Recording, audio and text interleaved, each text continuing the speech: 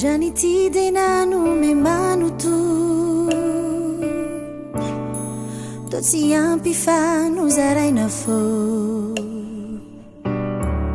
zambany ezaka fa ho antsika roa ihany zany taonataonao telo tsy haiko enao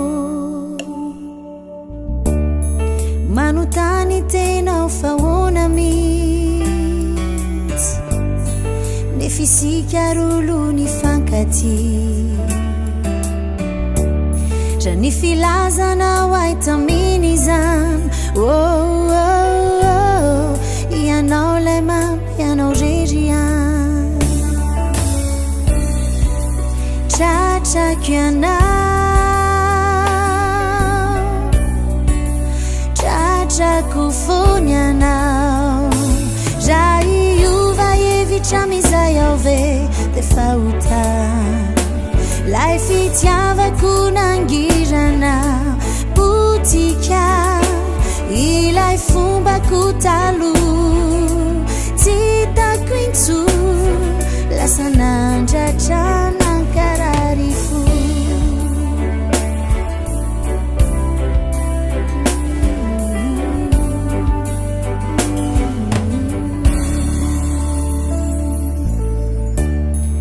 ireo lasantsika tsy haiko tsotady nefa ezakao tsy ho tsarona fô mba hitandremako lay fitiavako tsy ho toy zany intsony ho tonitony aminy izay ny fo tratrako ianao tratrako fony anao ra iova hevitra mizay ao ve de fahota lay fitiavako nangirana botika ireo fombako talo tsy hitako intsony lasa nandratra nankarary fo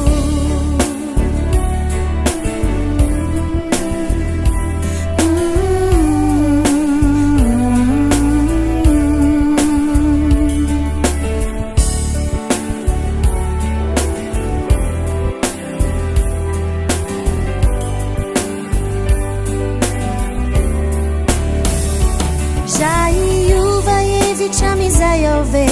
de fahota lay fitiavako nangirana botika ilay fombako talo tsy hitako intsony lasa nandratra nankarary fo ra iova hevitra mizay ao ve de fahota lay fitiavako nangirana botika ireo fombako talo tsy hitako intsony